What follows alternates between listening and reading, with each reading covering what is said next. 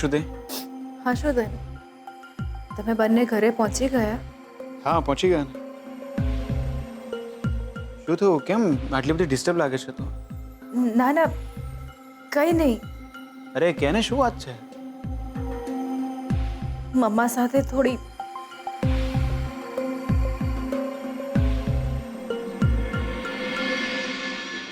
હજુ પણ કંઈ સંભળાવવાનું બાકી છે તારે? મમ્મા, મને જરાય નથી ગમ્યું કે તે શોધન પર શંકા કરી. મેં શોધન ઉપર શંકા નથી કરી શ્રુતિ, પણ હા મને લક્ષ્મીના કેરેક્ટર પર જરૂર શંકા છે. મમ્મા, મારી વાત સમજવાનો પ્રયત્ન કર શ્રુતિ. એ છોકરી જો એટલી જ સીધી સાદી હોત ને તો એના છૂટાછેડા ન થઈ ગયા હોત. એ આમ ઘેર ઘેર રજળતી ન હોત. આટલી નાની ઉંમરમાં બીજો વર શોધી લીધો ને એને. રડી લે શ્રુતિ, તારે અત્યારે જેટલું રડવું હોય તું રડી લે, પણ જિંદગી આખી તું રડીશ એ મને નહીં ગમે. અને લક્ષ્મીના એવા તો કયા શોખ પૂરા કરવાના બાકી હતા કે શોધન સાથે આટલી મોડી રાત્રે ફરવા ગઈ? મમ્મા, તારે જે કહેવું હોય ને કે, પણ મને સ્વીતુ પર ભરોસો છે. ભરોસો તો તારે શોધન પર પણ ન કરવો જોઈએ. મમ્મા, ચેતવું છું, હજી ચેતવું છું શ્રુતિ. નહીં કરતી ભરોસો શોધન પર પણ.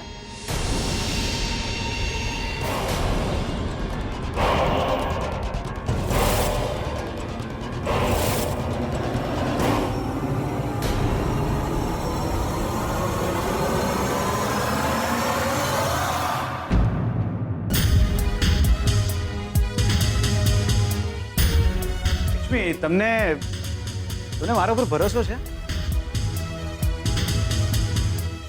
તમને શું લાગે છે? તો દૂર કેમ ઊભા છો? કરો છો તમે પણ. ચિંતા ના કરો, હું આ ટાઈમ તમારો હાથ નહીં પકડી. આ તમે શું બોલો છો? તમારો ભરોસો સાચવી લીધો લક્ષ્મી.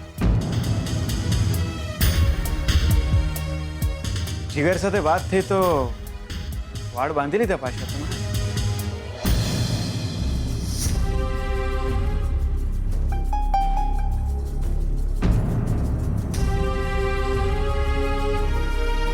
એક વાત કહું લક્ષ્મી તમને?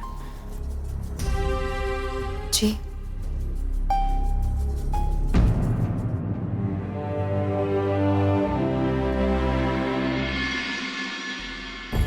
શું થઈ જાય છે તને? કેમ આટલી અગ્રેસિવ થઈ જાય છે? કલ્પના શ્રુતિ નાની બાળકી નથી રહી, એ સમજદાર છે. તારા ભૂતકાળના અનુભવો તું એના પર શું કામ થોપે છે? કલ્પના, તારી સાથે જે થયું એ શ્રુતિ સાથે થશે એવું કેમ વિચારે છે તું? અરે એના અને શોધનના લગ્ન થવાના છે અને તું શ્રુતિને એમ સમજાવે છે કે શોધન પર ભરોસો ના કરે. શું વિચારે છે?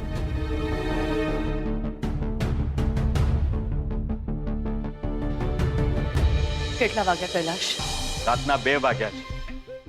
કેમ? બસ હું એ જ વિચારતી હતી કે આટલી મોડી રાત્રે આટલા મોટા ઘરમાં લક્ષ્મી અને શોધન એકલા સાથે અત્યારે. અરે યાર,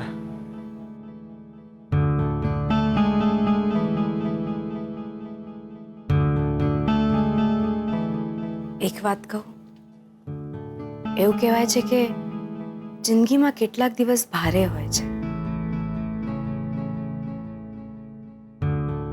અને આજે મને અંધારા કરતા વધુ ડર આજના દિવસનો લાગે છે. સાંભળી રહ્યા છો ને તમે? લક્ષ્મી ડરતા નહીં હો, મને મીણબત્તી મળી ગઈ છે, હું લઈને આવું જ છું. એક જ સેકન્ડ.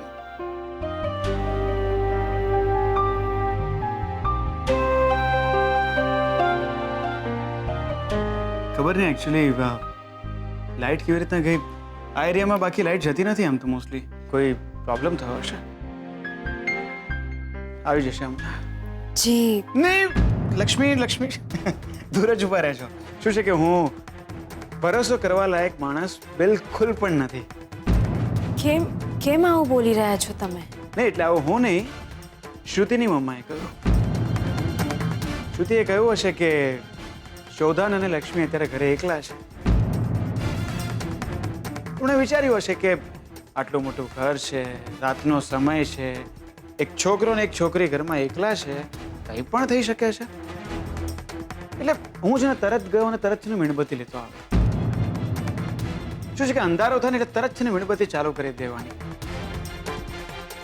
આનાથી છે ને આપણે કેરેક્ટરલેસ પણ નહીં લાગીએ અને શ્રુતિના મમ્મા સાચા પણ નહીં પડે. શ્રુતિબેનના મમ્માને એમની ચિંતા છે. શ્રુતિબેનના લગ્ન થવાના છે તમારી સાથે. લગ્ન તો આપણા પણ થઈ ગયા છે.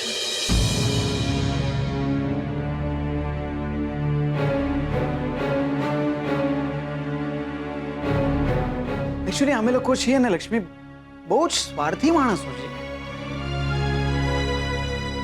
શ્રુતિના મમ્માએ વિચાર્યું હશે કે લક્ષ્મીના કારણે શ્રુતિને કોઈ જ જાતની તકલીફ ના પડવી જોઈએ.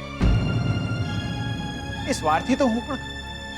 તમે સ્વાર્થી હોત તો મારો હાથ કોઈ બીજાના હાથમાં નહીં, સ્વાર્થ હતો જ એમાં પણ. તમારી સાથે લગ્ન કરવા પડ્યા, એમાંથી બચવા માટે છૂટાછેડા લઈ લીધા. એટલે પછી મને થયું કે તમે આને જીગર લગ્ન કરી લો તો પછી મારા અને શ્રુતિના લગ્ન થાય.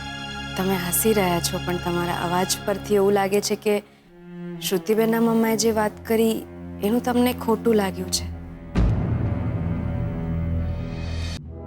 સાચું કહું, અંધારાનો તો મને પણ ડર લાગ્યો હતો, પણ પછી મને થયું કે અજવાળું રૂમમાં હોય એના કરતાં મનમાં હોવું જોઈએ.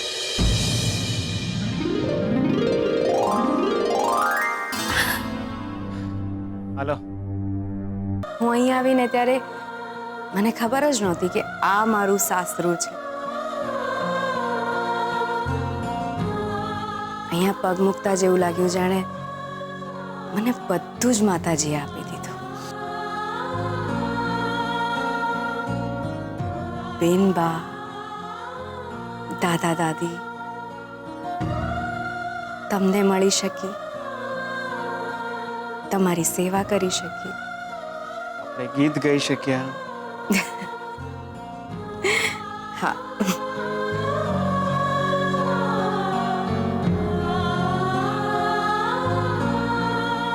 શું થયું? કઈ નહીં, વિચાર આવ્યો કે આપણી જિંદગીના સૌથી સારા દિવસમાં જીગર અને શ્રુતિ કેમ નથી?